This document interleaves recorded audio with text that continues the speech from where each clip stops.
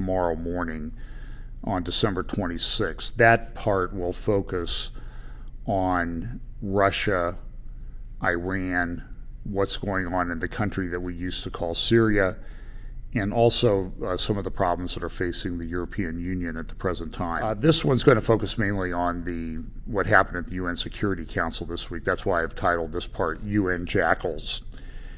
We talk each week about things converging, and it seems like each week they converge more quickly and they accelerate faster and faster, and so that you almost need to be checking things hourly now. A verse to just kind of start us off with in Romans chapter 1, verses 31 and 32, without understanding, covenant breakers, without natural affection, implacable, unmerciful, who knowing the judgment of God, that they which commit such things are worthy of death, not only do the same, but have pleasure in them that do them.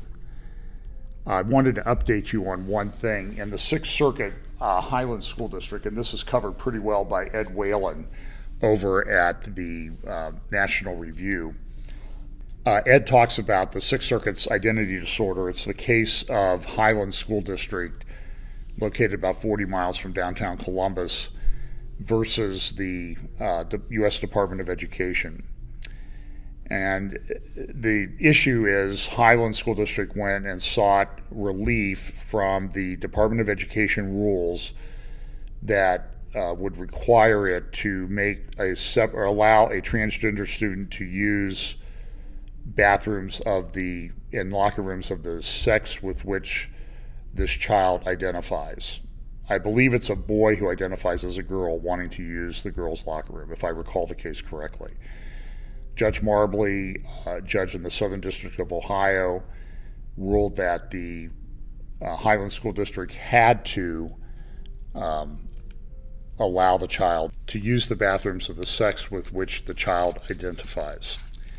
That case was appealed to the Sixth Circuit Court of Appeals, and at the Sixth Circuit level, the Highland School District asked the judges of the Sixth Circuit, it's assigned to a 3-judge panel, to issue a stay of the injunction that was issued by Judge Marbley.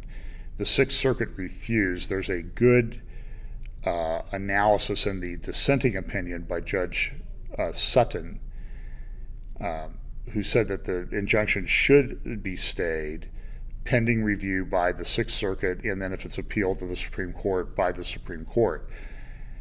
It's clear that there is an agenda being driven, agenda driving these things, and it's not based on the law. I've gone through this a lot of times in the past, a number of times in the past, where courts of Texas have said that, the word sex in the civil rights statutes means not your sexual identity, but your actual sex, male or female.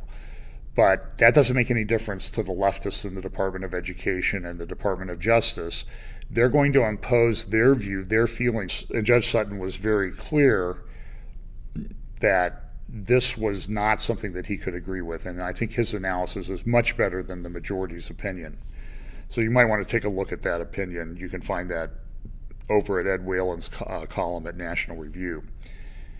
Of course, this is the Christmas season. There's a difference between how Christianity views this and how someone like ISIS views this time of year. Michael Ramirez has another great cartoon. Things are going so quickly that sometimes we don't even remember what happened just a week or two ago. It was only 2 weeks ago that there was an attack on a Coptic cathedral in Cairo that killed at least 25. And the problem is, throughout the Muslim world, and as we've seen in Germany this week, and as I'll talk about in my other update, we see these attacks happening with almost daily frequency.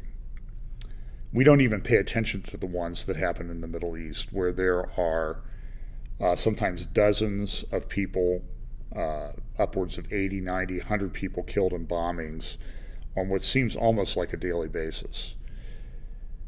This attack in Cairo was particularly brutal. Some of the pictures I can't even show you as to what happened to people and how they were killed when this bomb exploded in this church.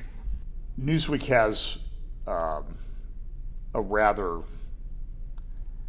I would call it disheartening. It's a derogatory article referring to Trump, President-elect Trump, as the Orange Messiah. There's things that he wants to do, though, with regard to Israel and Jerusalem that has the left in just an absolute uproar. The Economist has an article this week called An American Embassy in Jerusalem. And they note in this article that while he's not the first presidential candidate to promise to move the U.S. Embassy from Tel Aviv to Jerusalem, there was an act passed by Congress in 1995 authorizing that to occur. It is clear, though, that he appears to be the one who might actually do it. Here's what the Economist article said. Mr. Trump's representatives have, however, said he intends to move the embassy. Last week, he named David Friedman as ambassador to Israel. A bankruptcy lawyer, Mr. Friedman is an outspoken supporter of the Israeli far right, has donated money to Jewish settlements and occupied territories. And this, by the way, I'll talk a little bit about this later, but this term occupied territories is a complete misnomer. It is a complete legal fiction that's been adopted by virtually everybody, including the United States administration now, that this occupied territories is actually something that existed before the Six-Day War, before the 1948-49 war between Israel and the Arab armies. There was never a Palestine. There has never been a Palestine. And in order for there to be an occupied territory, it has to have actually existed as a separate legal entity before. It never has. So they're just very, very upset about David Friedman. I covered this a good bit in my update last week if you want to get some of the details about what Mr. Friedman has said in the past. But there are people that disagree. So let's look at this UN Security Council vote on the West Bank settlements. This was reported on Thursday. Now, there's been a concern about President Obama that's existed for quite some time, that President Obama would try to put in place some kind of deal that would harm Israel before he left office, and that he would do this between the election and the inauguration of the new president-elect. This week, I think he finally accomplished that. Now, on Thursday, Egypt put forth a resolution, it's Resolution 2334, that would essentially had a very negative comments, a negative determination about the Israeli settlements that have been built in the area that they call the West Bank. It's actually biblical Judea and Samaria. It's the mountains of Israel. It's actually the part of Israel that Ezekiel and other passages talk about as being the heartland of the Jewish people, and they want to give it away to someone else. And Ezekiel 35, 36 talk about this process, and that there will be people who will be making a claim to the mountains of Israel in the last days. I think that's pretty clearly prophesied in Ezekiel 35 and 36. So on Thursday, Egypt put forth this proposal, this UN resolution, or they said they were going to put it out. That caused a lot of people to leap into action. President-elect Trump intervened. Here's a copy of the draft resolution. It says things like, for example, condemning all measures aimed at altering the demographic composition, character, and status of the Palestinian territory occupied since 1967, including East Jerusalem, including inter alia, the construction and expansion of settlements, transfer of Israeli settlers, confiscation of land, demolition of homes, and displacement of Palestinian civilians in violation of international humanitarian law and relevant resolutions. Now, this was very significant. This was going to be, if it was passed, the first time that the UN Security Council had adopted a resolution regarding the Israeli-Palestinian conflict in 7 or 8 years. In fact, during the entire term of the Obama administration, the resolution also said things that, for example, down the first page, recalling also the obligation under the Quartet Roadmap for the Palestinian Authority security forces to maintain effective operations aimed at confronting all those engaged in terror and dismantling terrorist capabilities, including the confiscation of illegal weapons. The people who were proposing this said, well, look, it's a very balanced approach. It has things both for Israel and for the Palestinians. But it was not a balanced approach. This has huge implications, and we'll talk about that. So President-elect Trump intervened, and there were calls made to the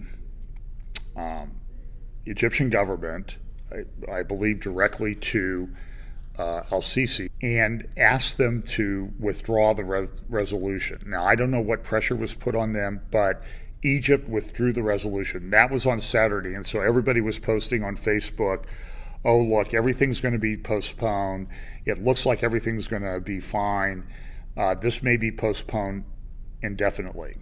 Well, that didn't last. Within a day, that resolution was put back in front of the UN General Assembly.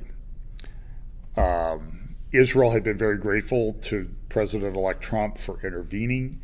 As I said, Trump intervened directly with Sisi, the head of Egypt. What happened was, though, that it soon became apparent that on Friday, at least by Friday morning, it was apparent that 4 members, temporary members of the United Nations Security Council were going to advance this resolution 2334 to put a stop to the Israeli settlements. Now, you need to understand that in Israel right now, there is a bill making its way through the Knesset. I think the vote has been delayed, but it looks like it's going to pass, that would essentially approve of these settlements that have been built, as some people call them, beyond the 1967 lines, beyond the 1949 lines.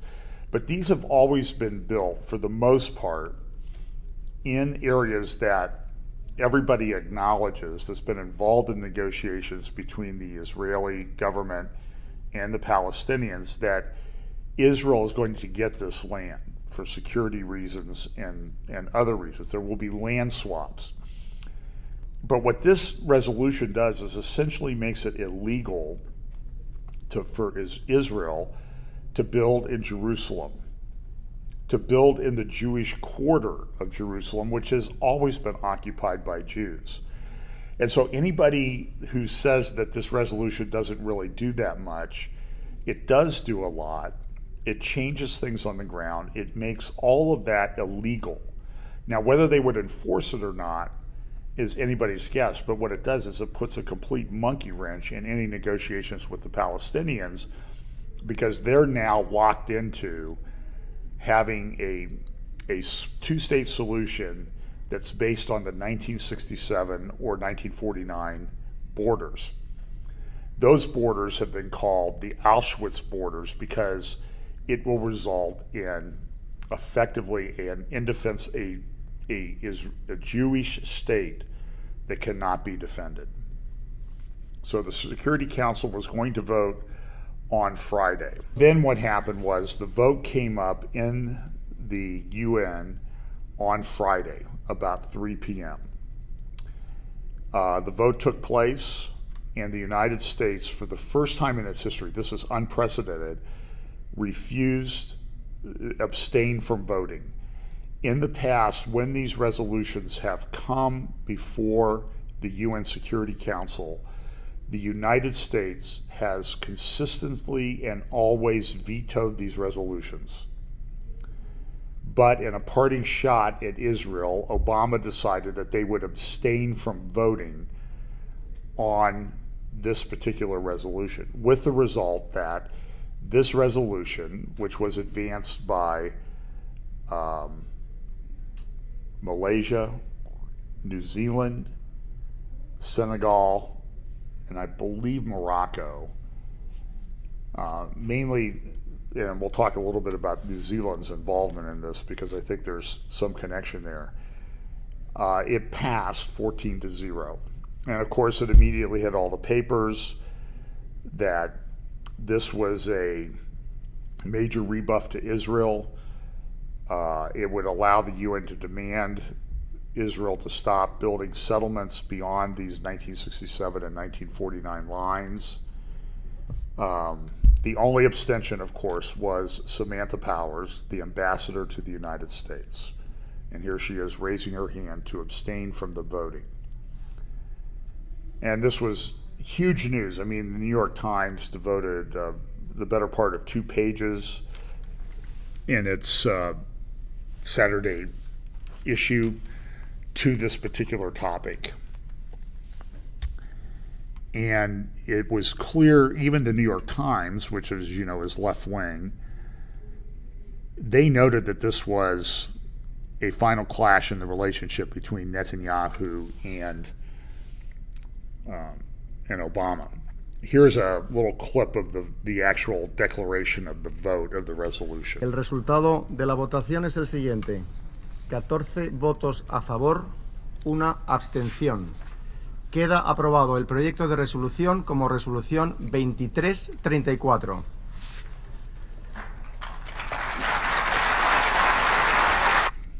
And this was Spain, who's the president of the UN Security Council right now. But this is significant. This has prophetic implications to it, because now, and while there have been hundreds of resolutions that are anti-Israel adopted, this one is a little bit different because it's taking place at the UN Security Council level. And for the first time in history, the United States has essentially refused to support Israel. And this is a clear slap in the face to the United States-Israel relationship by President Obama and his administration. In Joel chapter 3, it says this: "For behold, in those days and in that time when I shall bring again the captivity of Judah and Jerusalem, I will also gather all nations and will bring them down into the valley of Jehoshaphat and will plead with them there for my people and for my heritage Israel, whom they have scattered among the nations and parted my land." Dividing the land of Israel is against what God wants to do. Similarly, in Zechariah chapter 14, verse 2, it says that in the end times, he will gather all nations against Jerusalem to battle. So this Armageddon campaign that we talk about in the end times will be really a battle against Jerusalem and the Jewish people. Zechariah 2, verse 8 says, "For thus saith the Lord of hosts, after the glory hath he sent me unto the nations which spoiled you, for he that toucheth you toucheth the apple of his eye." Well, the resolution passed. Drudge reported it as a backstabbing of Israel. Donald Trump issued a tweet almost immediately that said, I think the vote took place a little bit after 3, and by 3:15, he had tweeted, "As to the UN, things will be different after January 20th. It'll be very difficult, though, to overturn this resolution. There are other things that Trump can do. We'll talk about that in just a moment. Here is, I believe this is Samantha Power talking about, and I'm going to tell you a little bit about this lady in a moment. I've covered this before, but it bears mentioning who she is and where she comes from. So here's Samantha Power talking about the adoption of the resolution. Let me begin with a quote.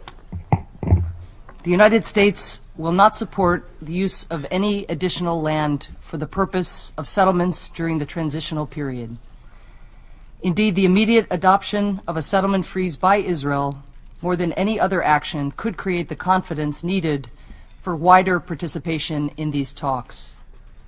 Further settlement activity is in no way necessary for the security of Israel and only diminishes the confidence of the Arabs that a final outcome can be freely and fairly negotiated." That's the end of the quote. This was said in 1982 by President Ronald Reagan. Well, if President Reagan said that, and I believe that he did, he had a Secretary of State, James Baker, who had a very upside-down view, incorrect view of Israel and the relation that the United States should have with Israel. So it's hard to say that Reagan was a complete, full-bore supporter of the Jewish state of Israel. Samantha Power continued with her comments in support of the United States abstention, which allowed this resolution to be approved. The United States could have vetoed it. Yet rather than dismantling these and other settler outposts, which are illegal even under Israeli law, now there is new legislation advancing in the Israeli Knesset that would legalize most of the outposts, a factor that propelled the decision by this resolution sponsors to bring it before the Council. The Israeli Prime Minister recently described his government as, quote, more committed to settlements than any in Israel's history, end quote. And one of his leading coalition partners recently declared that, quote, the era of the two-state solution is over, end quote. At the same time, the Prime Minister has said that he is still committed to pursuing a two-state solution. But these statements are irreconcilable. One cannot simultaneously champion expanding Israeli settlements and champion a viable two-state solution that would end the conflict. One has to make a choice between settlements and separation. Since 2011, multiple efforts to pursue peace through negotiations have failed.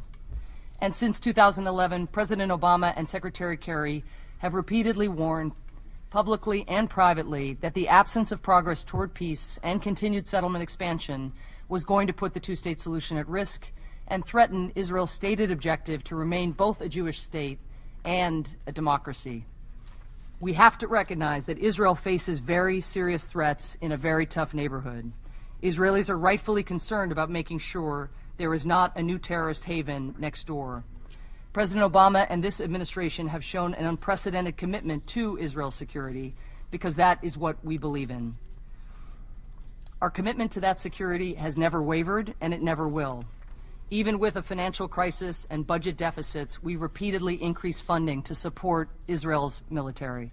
And in September, the Obama administration signed a memorandum of understanding to provide $38 billion in security assistance to Israel over the next 10 years, the largest single pledge of military assistance in U.S. history to any country. And as the Israeli Prime Minister himself has noted, our military and intelligence cooperation is unprecedented. We believe, though, that continued settlement building seriously undermines Israel's security. Some may cast the U.S. vote as a sign that we have finally given up on a two-state solution. Nothing could be further from the truth.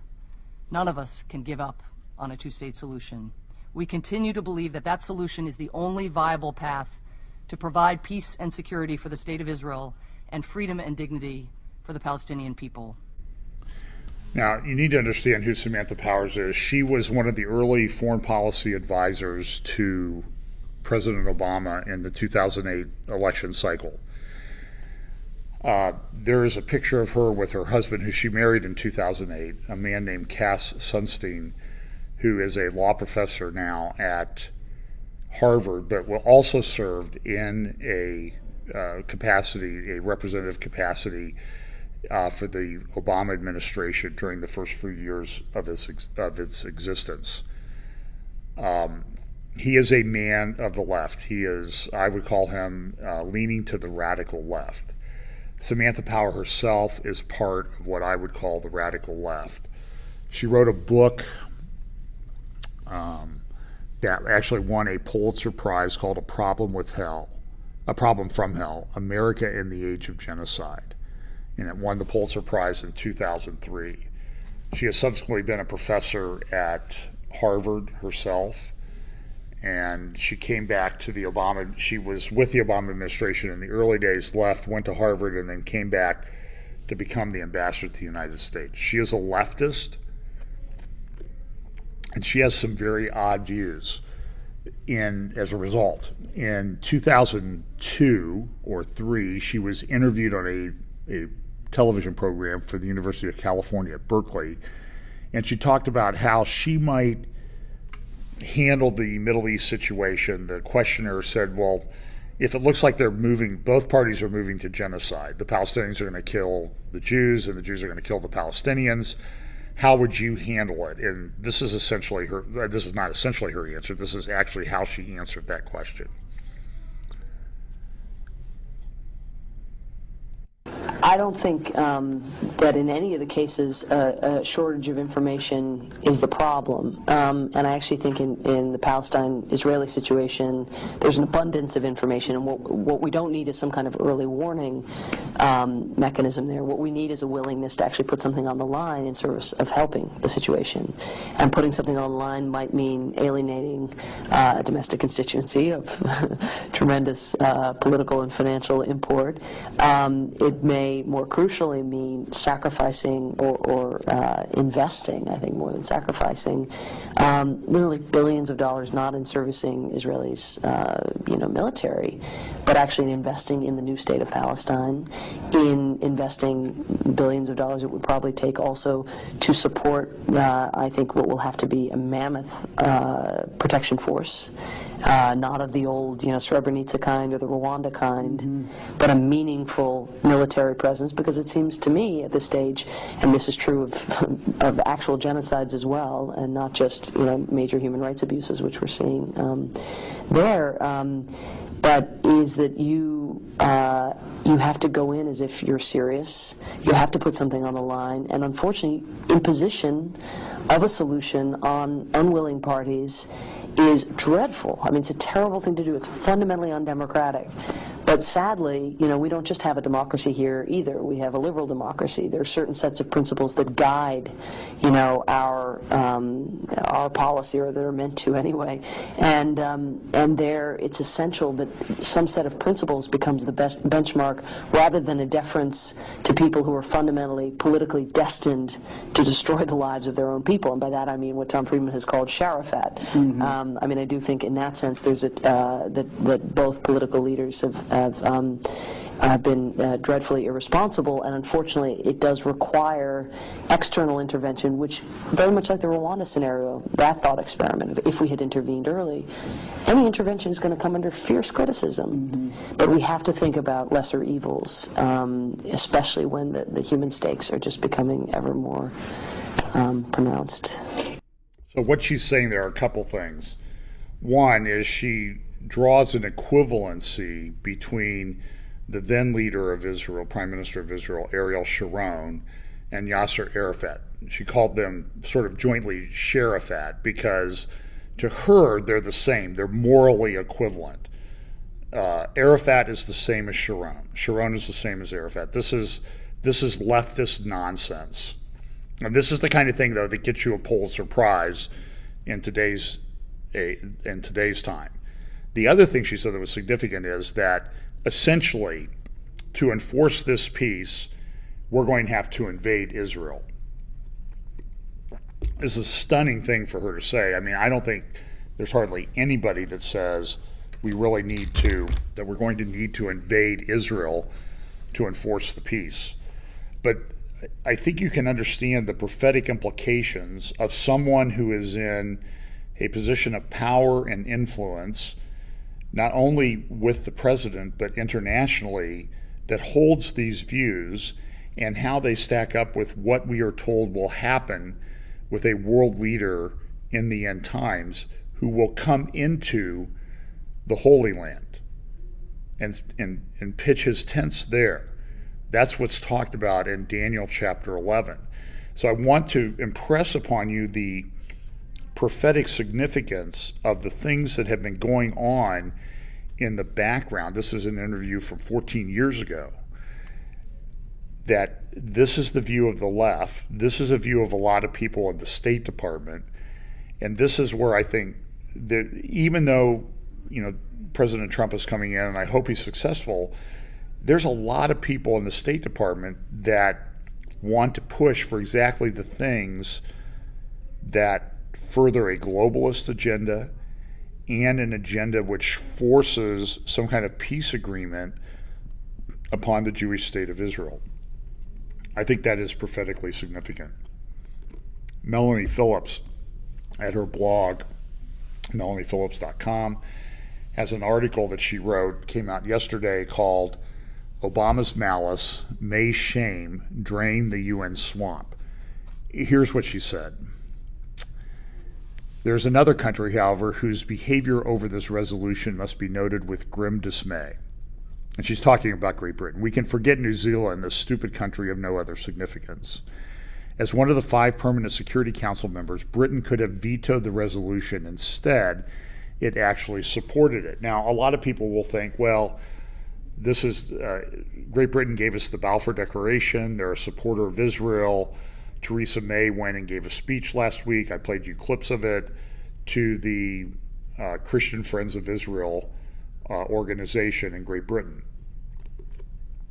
But the question is, does Israel really support, does Great Britain actually support the Jewish state of Israel? And the answer is, I don't think so. Since she came to power last July, Melanie continues, the British Prime Minister Theresa May has gone out of her way to express, this is a direct quotes lifted from her article, has gone out of her way to express her warm affection for the Jewish people and her strong support for the state of Israel. Her words now stick in the throat. If Obama has committed a foul and final act of malice towards Israel, Mrs. May has done something just as bad, if not worse. Presented herself as the friend upon whom the Jewish people can rely while her government stuck the knife not into Israel's back as it did Obama, but its front.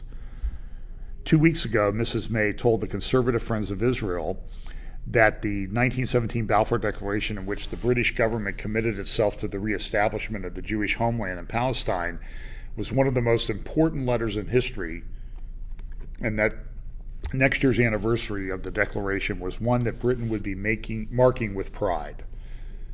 Yesterday at the UN, making common cause with ideologues, appeasers, and tyrants, perfidious Albion continued its betrayal of the Jewish people. The scene is now set for the U.S. to tackle the reservoir of evil that the UN has become, not before time. This is one swamp that most urgently needs to be drained. And here is the ambassador of Great Britain justifying Great Britain's support of Resolution 2334. The United Kingdom welcomes the adoption of Resolution 2334 today. It's the first Security Council resolution on the Israel-Palestine issue in over 7 years. The adoption of this resolution is first and foremost a clear reinforcement of the international community's conviction that a two-state solution remains the only viable route to sustained Arab-Israeli peace. So, they're committed to the two-state solution. They voted in favor of this resolution, which has huge implications, and we'll talk about that. In response to the vote, Israeli Ambassador Danny Danon had this to say.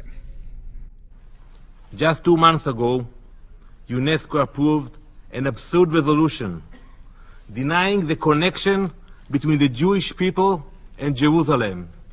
Today, this Council, including many of the world's leading democracies, the beacons of liberty, voted to condemn the state of Israel.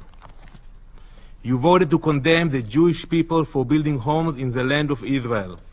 You voted to ban us from building in our historical capital of Jerusalem, the heart and soul of the Jewish people. Read the resolution. Tomorrow night, Israel and the entire Jewish community around the world will celebrate the holiday of Hanukkah. Over 2,000 years ago, King Antiochus banished the Jewish people from our temple in Jerusalem and issued decrees trying to sever us from religion and our heritage. But we prevailed. The Jewish people fought back. We regained our independence and relight the menorah candles in the temples.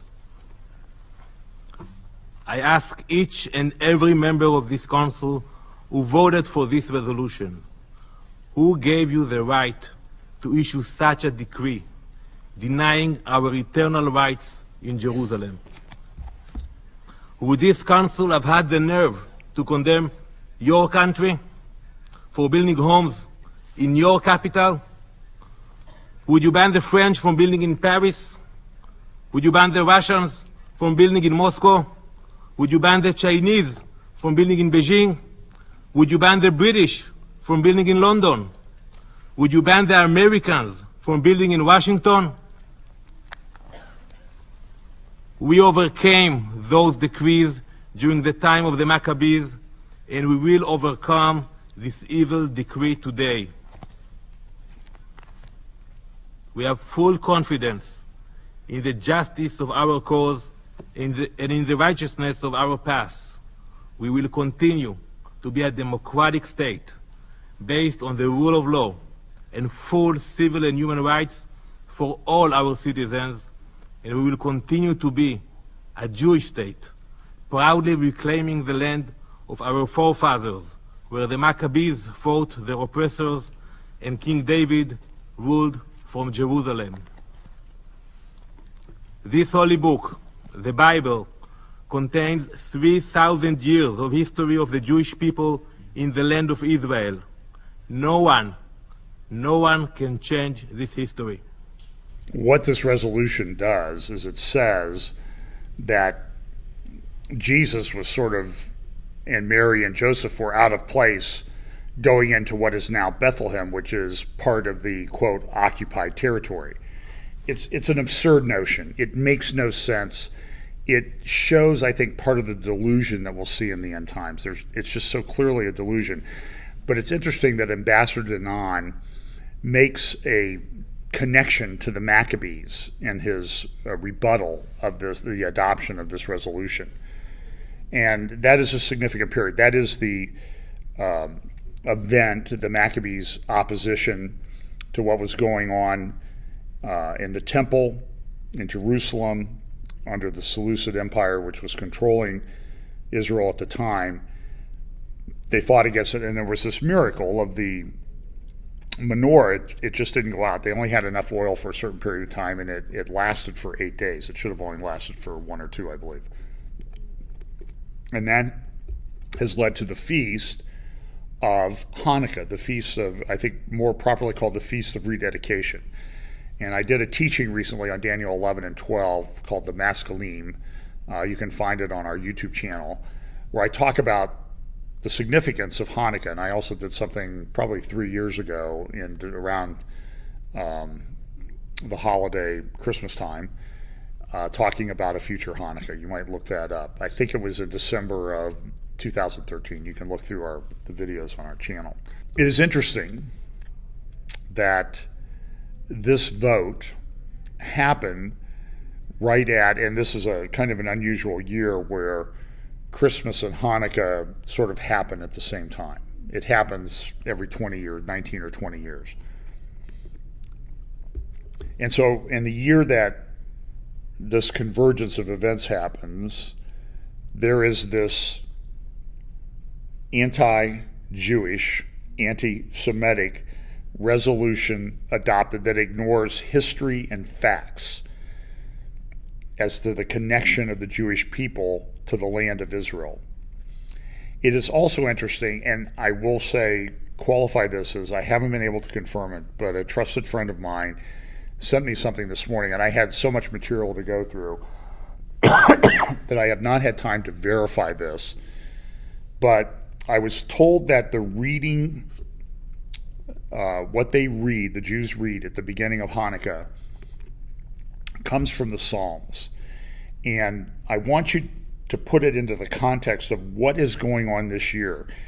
A resolution that essentially encapsulates the world's denial that the Jews have any right to that land, and that significant areas of that land where biblical history took place, and as Danny Danon held up the Bible and said, for 3,000 years, this book proves that the Jewish people have had a connection to the land of Israel and to the city of Jerusalem, and essentially denies the Jewishness of Jesus Christ.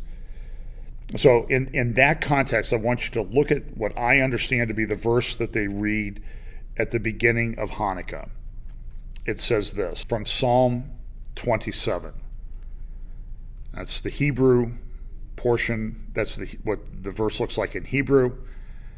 And it says this, a psalm of David, Yahweh, the Lord, is my light and my salvation. Whom shall I fear? The Lord is the strength of my life. Of whom shall I be afraid? Now, when you unpack that verse, my salvation is the word Yeshua.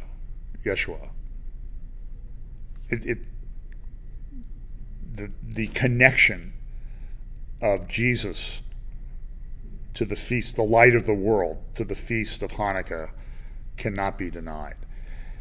Well, there was a lot of reaction to the adoption of this resolution. This is from the New York Post. Obama betrayed Israel. Bibi got Barack stabbed, and Obama's betrayal like act of war. Some of the reaction was pretty stunning. Here's a sort of a summary of some of the reactions and the defense of what they did by the Obama White House from Fox News special report the other night. The White House moved quickly to explain why it did what it did. Correspondent Kevin Cork is traveling with President Obama in Hawaii and reports from Honolulu. Hello, Kevin. Yeah, you're right on the money, Shannon. The president made this decision by himself, but not after close consultation with key members of his inner circle, including Vice President Joe Biden, Secretary of State John Kerry, National Security Advisor Susan Rice, and UN Ambassador Samantha Power. It's also important to point out what Deputy National Security Advisor Ben Rhodes had to say about this today. He said, listen, the abstention vote was preferred because the UN hasn't exactly been impartial on this issue. When it comes to final status issues, we believe that those should be negotiated between the parties. Rhodes repeating the assertion that the president's done more for Israel's security than any other U.S. president, noting the $38 billion military aid package signed very recently. But when asked whether he thought Israeli Prime Minister Benjamin Netanyahu was committed to peace, Rhodes sounded a bit skeptical. And at a certain point, the words and the actions become irreconcilable. And that's what we're concerned about. Meanwhile, Secretary of State John Kerry said today the United States acted with one primary objective in mind: to preserve the possibility of the two-state solution. He went on to add, while we do not agree with every aspect of this resolution, it rightly condemns the violence and incitement and settlement activity and calls on both sides to take constructive steps to reverse current trends and advance the prospects for a two-state solution. And I would say to Secretary of State Kerry, if it's not a perfect resolution, then use your veto power that you have as a permanent member of the UN Security Council to veto this nonsense and get a perfect resolution in there that will accomplish your objectives. This one does not. This one completely undermines a peace process. It completely undermines the Jewish state of Israel. It's a farce. Secretary Kerry is a farce. Ben Rhodes is a farce. They are leftists that have lost the ability to reason. They can't even see how stupid their actions are. And there's an advantage. If January 20th means anything, it means that Ben Rhodes and John Kerry and Barack Obama and Samantha Power are leaving, and they won't have anything to do with the government anymore. Oh, they'll still try to exert their influence, but they won't be in positions of power where they can actually do damage. Well, the Washington Post even came out and said this was a dangerous parting shot, that Obama's administration's move on the UN Security Council resolution could do more harm than good. I agree 100% with that. Elliot Abrams has written a couple of articles. Peace just got harder in the Middle East. And then also in the Weekly Standard, an article that I'll quote from in just a moment, Obama's disgraceful and harmful legacy on Israel. Here is some comments from former UN Ambassador John Bolton, who is still under consideration, I believe, to be Deputy Secretary of State in the Trump administration, and his comments on what the adoption of this resolution means. Israeli Prime Minister Benjamin Netanyahu is reacting by saying, quote, Israel rejects the shameful anti-Israel resolution at the UN and will not abide by its terms. Netanyahu adding, quote, the Obama administration not only failed to protect Israel against this gang up at the UN, it colluded with it behind the scenes. Israeli Prime Minister Benjamin Netanyahu was reacting by saying, quote, Israel rejects the shameful anti-Israel resolution at the UN.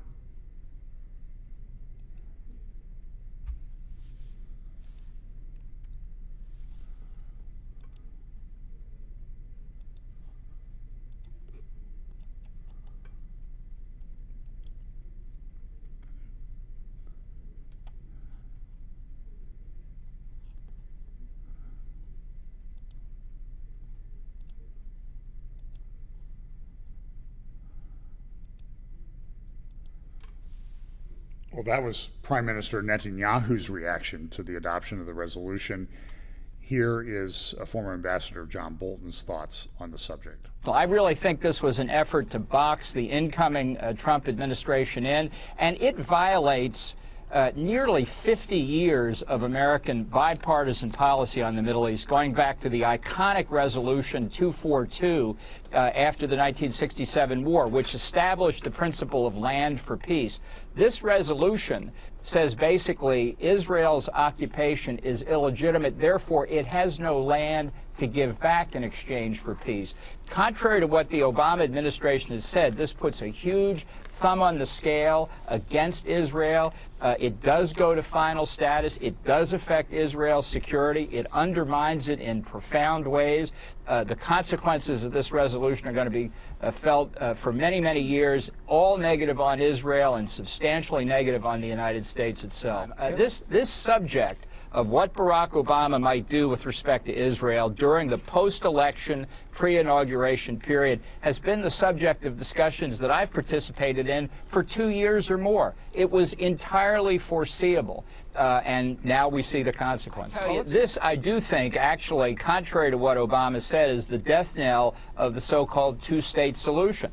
Because it shows, once again, it is fundamentally unworkable. And I think Netanyahu and a nearly unanimous Israeli public opinion will support him on that. With respect to the United States, I think it's time to stand up for a principle I've certainly advocated for a long time, which is votes in the United Nations should have consequences. We've got two issues here: the 14 countries that voted in favor of this resolution and the United Nations as a whole. Personally, what I would recommend to the President-elect would be, once he takes office, he should say this resolution is illegitimate and the United States is going to seek to repeal it. Now, if that fails, and that's the most likely outcome, we should cut our contribution to the United Nations, perhaps in toto, until this resolution is repealed. This is an interesting concept, Ambassador Bolton. Right now, we account for somewhere around 20 to 22% of the total budget of the UN. So you're suggesting if the resolution isn't repealed, then we go ahead and pull the 20% of their budget? Yeah, look, my experience with the United Nations, which goes back a long way, is that there are only two aspects of American power that are really respected in the United Nations. One is the veto in the Security Council, which Barack Obama threw away today, and the other is our money. I've personally engaged in telling specialized agencies in the UN and others that if something happens contrary to our wishes, we'll cut the money off. We have done that. It's just extremely distressing that even Great Britain didn't abstain on this resolution, and it shows just how much difficulty there is in the United Nations to try and carry out a coherent American foreign policy. The reaction of the Jewish left, the Israel left, was about what you would expect. Isaac Herzog said, Netanyahu has lost control. The man who a month ago told us the world was worshiping us declared war this evening against the world, the United States and Europe, and is trying to calm us with lies. We're all likely to feel this dangerous madness, all citizens of Israel, right or left wing, on our next visit abroad with hostile treatment. He's a leftist, which means he's an idiot. Zionist Union number 2 and former Foreign Minister Tzipi Livni said that it was Netanyahu's personal failure and that he knew and said clearly that the settlement regulation bill will bring about a Security Council resolution, and nonetheless conceded to the radical right. Ben Rhodes, some additional quotes of his. We've tried everything, Rhodes told the Jerusalem Post, noting that U.S. Secretary of State John Kerry has tried for years to bring both parties to the negotiating table and to convince Israel to end or at least pause construction in the West Bank and East Jerusalem, which Palestinians argue is a chief obstacle to peace talks. Here we are, he said, at least trying to establish that the international community is on the record. Asked what the president thought that the motion, Resolution 2334, would accomplish and whether the administration feared it was forcing Republicans entering power to react, Rhodes described the move as a last resort reached after years of struggling with an intractable Israeli government.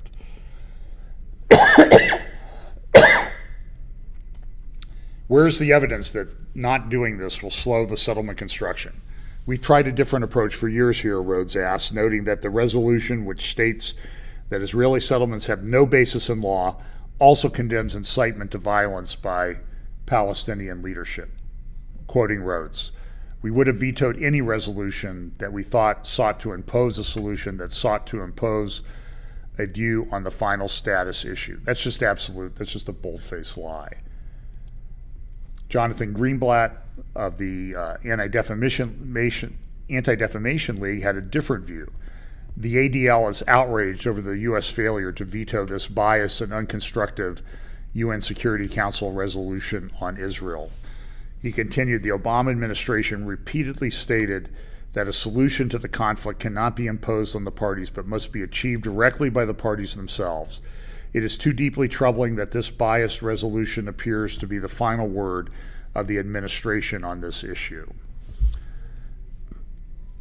The Jewish Federation of North America said this: "It is tragic that the administration chose to mar its legacy of support for the Jewish state and set back the prospects for Israeli-Palestinian peace." President Obama has consistently supported Israel's right to self-defense and affirmed that America has an ironclad commitment to make sure Israel is secure. And these people are supporters of Obama, and they've walked it back. Now to the article of Elliot Abrams in the Weekly Standard. Now, I think this is significant. I think it's important. That's why I'm going to read a pretty long passage from it. For all 8 years of the Obama administration, Democrats have made believe that Barack Obama is a firm and enthusiastic supporter and defender of the Jewish state. Arguments to the contrary were not only dismissed but angrily denounced as the products of nothing more than vicious partisanship. Obama's defenders repeatedly used the trope that Israel should not be a partisan issue, as if Obama's views and actions were beyond reproach. A whole core of Jewish leaders, some at the major organizations and many from Chicago, showed far greater loyalty to Obama than to the tradition of true nonpartisanship when it came to Middle East policy. All of those arguments have been ground into dust by Obama's action Friday, allowing a nasty and harmful anti-Israel resolution to pass the UN Security Council. Just weeks before leaving office, he could not resist the opportunity to take one more swipe at Israel and to do real harm. So he will leave with his record on Israel in ruins, and he will leave Democrats even worse off. It's pretty clear that he does not care. Does a resolution matter? It does. The text declares that the establishment by Israel of settlements in the Palestinian territory occupied since 1967, including East Jerusalem, has no legal validity and constitutes a flagrant violation under international law. This may turn both settlers, even those in major blocks like Ma'ale Adumim, that everyone knows Israel will keep in any peace deal, and Israeli officials into criminals in some countries, subject to prosecution there or in the International Criminal Court. It effectively will limit the right of a lot of them to travel freely internationally. The text of the resolution demands that Israel immediately and completely cease all settlement activities in the occupied Palestinian territory, including East Jerusalem.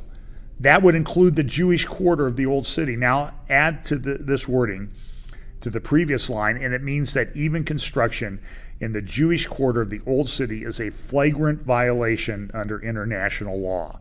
The resolution also calls upon all states to distinguish in their relevant dealings between the territory of the State of Israel and the territories occupied since 1967. This is a call to boycott products of the Golan, the West Bank, and parts of Jerusalem, and support the boycott, divestment, sanctions movement, the BDS movement. Obama has done us one favor, which is to settle the long argument about his attitude towards Israel. No partisan of his, no apologetic Democrat can henceforth say with a straight face that we've been hearing for years about him. That what we've been hearing for years about him is not true. In 2012, for example, Thomas Friedman wrote in the New York Times, the only question I have when it comes to President Obama and Israel is whether he is the most pro-Israel president in history or just one of the most. Sorry, Tom. Statements like that are now simply embarrassing. Obama has done what he could for 8 years to undermine Israel's elected government, prevent its action against Iran's nuclear program, and create as much daylight as possible between the United States and Israel. It's a great article. You ought to go look it up. I didn't read all of it, but it's there. Netanyahu had his own response. He's called all of the ambassadors of the countries on the UN Security Council to appear before him in Jerusalem. There's some that are obviously out for the holidays, but he met with at least 10 of them in the last 24 hours to scold them through underlings as to what they have done. They've recalled their ambassador, I believe, from New Zealand. They have cut off funding to various UN organizations immediately and aid to the countries that were on the UN Security Council. Here is a statement from Netanyahu. I'll let you read the closed captions given in Hebrew within the past day in Jerusalem. Citizens of Israel, I would like to reassure you the resolution that was adopted yesterday at the UN is distorted and shameful, but we will overcome it.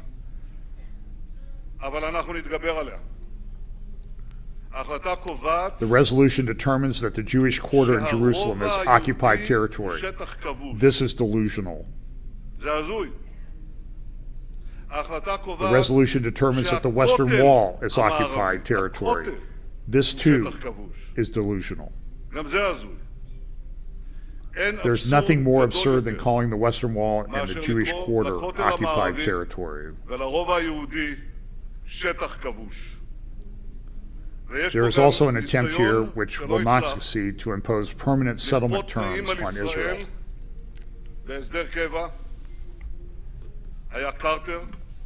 You might recall that the last one who tried to do this was Carter, an extremely hostile president to Israel who just recently said that Hamas is not a terrorist organization. Carter passed sweeping decisions against us at the UN of a similar kind, and this was also unsuccessful. We opposed this, and nothing happened. All American presidents since Carter upheld the American commitment not to try to dictate permanent settlement terms to Israel at the Security Council. And yesterday, in complete contradiction of this commitment, including an explicit commitment by President Obama himself in 2011,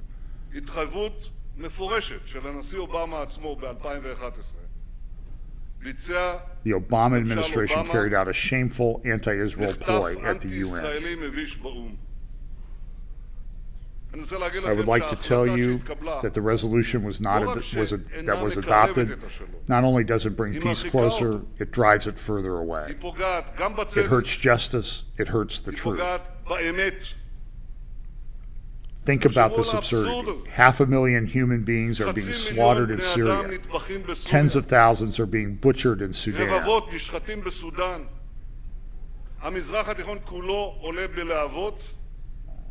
The entire Middle East is going up in flames, and the Obama administration and the Security Council choose to gang up on the only democracy in the Middle East, the State of Israel. What a disgrace. My friends, I would like to tell you on the first night of Hanukkah that this will not avail them. We reject this resolution outright, just as we rejected the UN resolution that determined that Zionism was racism. It took time, but that resolution was rescinded. It will take time, but this one will also be rescinded. I'm not so sure I agree with him on that. We'll have to see what happens. It'll be very, very difficult to get it rescinded, and it will take some time. Caroline Glick has a great Facebook post. She had an article on Friday in the Jerusalem Post, and it's kind of irrelevant now because at the time it looked like the vote on this resolution was going to be put off. But listen to what she says in this Facebook post, and then I think I have some video clip of her being interviewed yesterday, and then a little bit of review of how this thing came about. So it should be about another 10 minutes or so. She says this: Land for Peace formed the basis of UN Security Council Resolution 242 from the end of the 1967 Six-Day War. It stipulated that in exchange for Arab recognition of Israel and peace with the Jewish state, Israel would cede some of the land that it took control over during the course of that war. But Friday's resolution says that Israel has no right to any of the land, that the presence of the Israelis in that land, yes, including the Western Wall, is illegal. So Israel has no land to give, and the Arabs will give no peace, and that is that. The other thing that the resolution does is annul all the bilateral agreements that Israel signed with the PLO, which formed the basis of their peace process. Those agreements were all witnessed by the US, the EU, and Russia. And those agreements committed the sides to the bilateral framework for resolving their conflict. Friday's resolution makes zero mention of any of those agreements. It pretended that they don't exist, and in so doing, it killed them all. They are dead. For 23 years, confined by the Oslo framework, Israel was wary of taking the unilateral step of applying its law to all or parts of Judea and Samaria, just as it was wary of building new Jewish communities in those areas. But now that those agreements are dead, Israel has no such limitations on its actions. It can act unilaterally just as it did in the past. The greatest victims of this resolution are not Israeli Jews. They are the Jews of the diaspora, and particularly Jews in the West. Harassment of Jews in the US, Canada, and Europe by Muslim thugs and their useful leftist idiots, both on and off campus, will rise as a result of this resolution. There's an ironic silver lining to this resolution for Israel. First, there's the obvious silver lining which is that we don't need to lie about Obama anymore. He revealed himself in his final month as the Jew-hating, Israel-hating bastard we have always known him to be, but our leaders, out of fear that he would act as he did on Friday, felt compelled to pretend that the man who gave the bomb to Iran is a friend of ours. Second, and more importantly, there is the irony of the consequences of the resolution. By joining the UN gang rape of Israel in an act of diplomatic terrorism against the Jewish people and the Jewish state, Obama destroyed not only all prospects for peace, he destroyed all prospects for a Palestinian state. He destroyed all prospects for Israeli withdrawal to the 1949 armistice lines. He destroyed all prospect of any Israeli withdrawal at all. And he even managed to weaken the UN, which now faces a massive cut in funding from the Trump White House and the Republican-controlled Congress. The news of this resolution hit us like a brick wall. It hurts to see a room full of well-dressed, well-schooled, supposedly cultured, and caring people act like a lynch mob of Cossacks setting fire to synagogues and attacking Jewish villagers with pitchforks. It is nauseating beyond measure to watch Samantha Power, who branded herself as Miss Genocide, as in the redhead who fights for the powerless, standing with murderers against the innocent, law-abiding, human rights-respecting, good Jews. But we've been through much worse and survived and prospered. Samantha Power won't even merit a footnote in history, except in the section on the greatest hypocrites in the early 21st century. Obama will go on to become Jimmy Carter on steroids. He will be relentless and powerful, but we will survive him as well. And John Kerry will be remembered first and foremost for betraying the men that served with him in Vietnam. All the treacheries he committed since, including this one, were preordained the moment he stepped out of the crowd and libeled his brothers in arms. With God's help, we Jews will survive and thrive and move on from strength to strength as our forefathers did, as we have always done. Caroline did a little Facebook Live interview. Here's just a couple clips from that. So what we saw on Thursday when Mubarak pulled his... when Assisi pulled the resolution and the Arab League backed his decision, most importantly, yes, they did. We see the harvest of the very successful foreign policy revolution that Obama forced Israel to enact under Netanyahu. And then, we got the old world standing up and saying no, and this won't stand on Friday, when the United States colluded with the likes of Venezuela and Malaysia and Senegal and New Zealand to do what the Arabs wouldn't do to Israel. Right. So you're hinting upon this, but I'm going to ask you the question that everyone's asking themselves right now. What's that? Straight out. How bad is this for Israel, and how much of an opportunity is this for the benefit of Israel moving forward? Well, this is a very big hit for Israel. I mean, it gives a backwind to the BDS movement. I mean, when that clause, which was written very specifically in order to harm us, that people should make a distinction between Israel within the 1949 armistice lines and Israel outside of them, when their dealings with Israel, it was a call for BDS. And, you know, there's even a clause in there that says that a rapporteur should be returning to the Security Council with reports every 3 months about the implementation of this. So this is going to be a constant headache for Israel. And it is going to empower the BDS movement. On the other hand, it's going to empower the people who don't need to be empowered anyway because they're moving forward with this.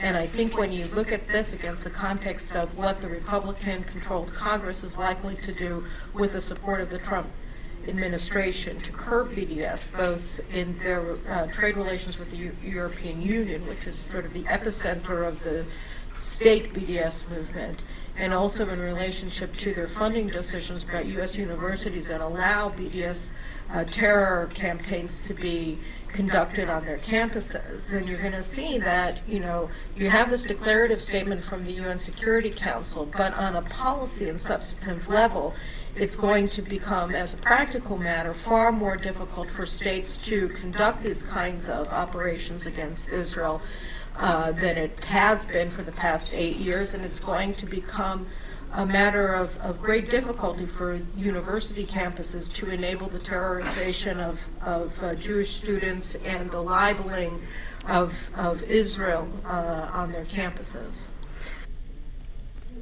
From an Israeli perspective, one of the positive aspects of this terrible thing is that it really empowers us to finally call Obama what he is, which is an anti-Semite and an anti-Israel president and the most hostile president that we've had. I mean, this is a man who just said that the Wailing Wall is occupied Palestinian territory. This is a man who just said that it's illegal for Jews to be born in Judea and Samaria and Jerusalem, in the Golan Heights. I mean, he just made it a crime to be Jewish in these areas. This is an appalling act of anti-Semitism, and I think that, you know, because we were worried about him shooting this gun, right? We've paid lip service to his supposed friendship for Israel for 8 years, when really he has been acting in a hostile manner. Again, like I said, you know, since the outset of his presidency. So. You know, that is a good thing. Well, just in wrapping up, how did this come about? And the Wall Street Journal yesterday, I think the link to the article, although it may require a subscription, is in the description notes, along with a lot of the other articles that I reviewed to put this together. Talked about the frantic path to the UN vote on this particular resolution. As I said, on Thursday, it looked like it was dead. It was going to be postponed indefinitely, but then it came back on Friday. Mainly at I think the lead country bringing this to the fore was New Zealand. Now look, the people of New Zealand are great, the government not so much. But the interesting thing, and there's an article in the Jerusalem Post, which I may or may not have linked to, that talks about there was something that happened when Kerry went to New Zealand in November. He was there, he went to Antarctica. Before he went to Antarctica, he stopped briefly in New Zealand and had some meeting with government officials. After he went to Antarctica, he came back and he went to Wellington and he met with Prime Minister Key of New Zealand. It's also clear, too, that about a week and a half ago, December 12th, he met with the lead Palestinian negotiator in this so-called peace process. But what was interesting, we don't know exactly what was talked about between Key and Kerry on November 13th. I suspect that part of it was talking about how this resolution might be brought forward in the event that other countries declined to move it forward into the UN Security Council. New Zealand, I believe, will be leaving the Security Council soon, and this was a way for them to seem significant. The interesting thing is that around the time that Kerry left New Zealand, they had this massive earthquake, if you recall, that happened in Christchurch. It was epicentered in Christchurch. It was a 7.8 earthquake, and you see the film there, some of the damage on one of the coastal roads and the landslides that occurred as a result of this earthquake in New Zealand. It caused really a lot of damage on some cut off parts of the island from other parts of the island because of the damage to the road. You see the landslide there. It's going to take a while to clean this up. There's actually a road under there. There it is now, you can see it. And this is going to be a problem for New Zealand. Now, one of the other things that was noted was that I believe that the Obama administration had been telegraphing that they were going to do this.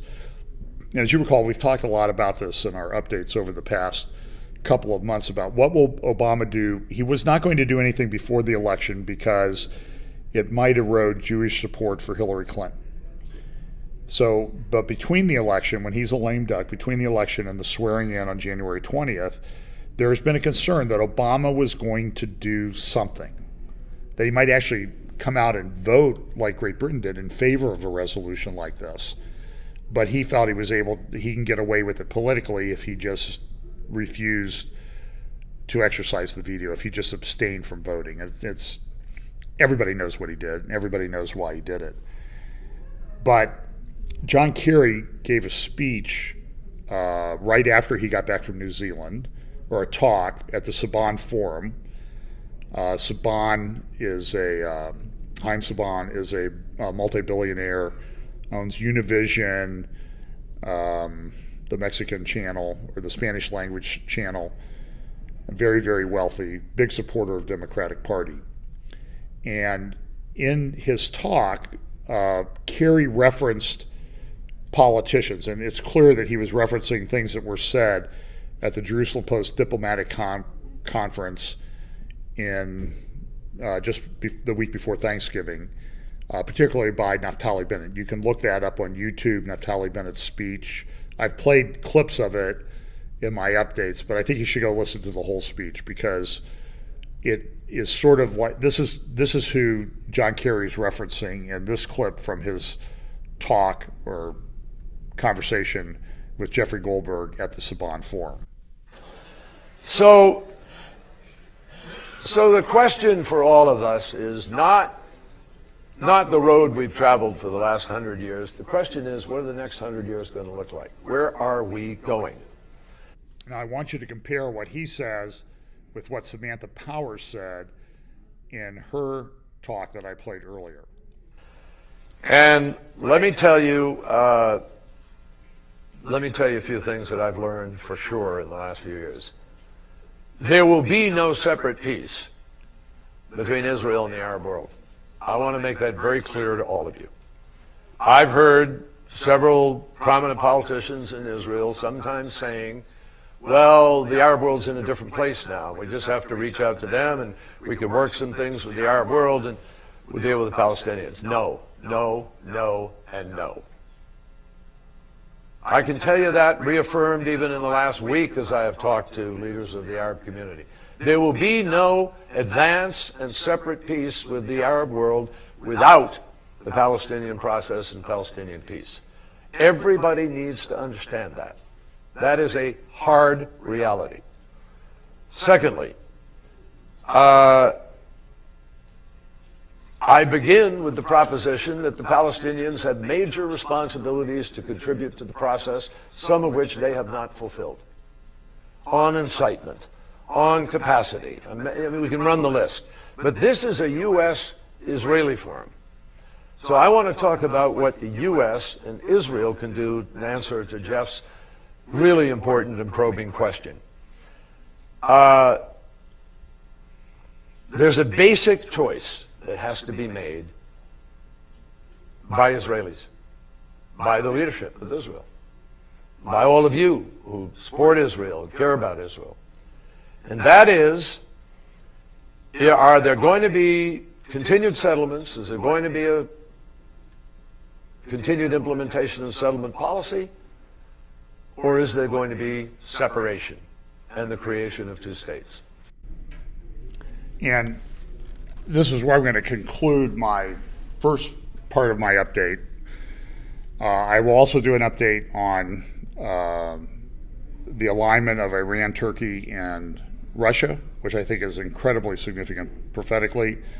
What's going on in Syria, kind of put it in context, and then also what's going on in Europe with regard to terror attacks and the essentially collapse of the European Union. I'll try to record that and have it up by noon on Monday. But this is a very prophetically significant week. I know I say that almost every week, but this one really, really is, because of the things that are going on. The world is coming together against Israel and against the Jewish people. And we need, more than ever, to pay attention to what the scriptures say and to what's going on. God bless.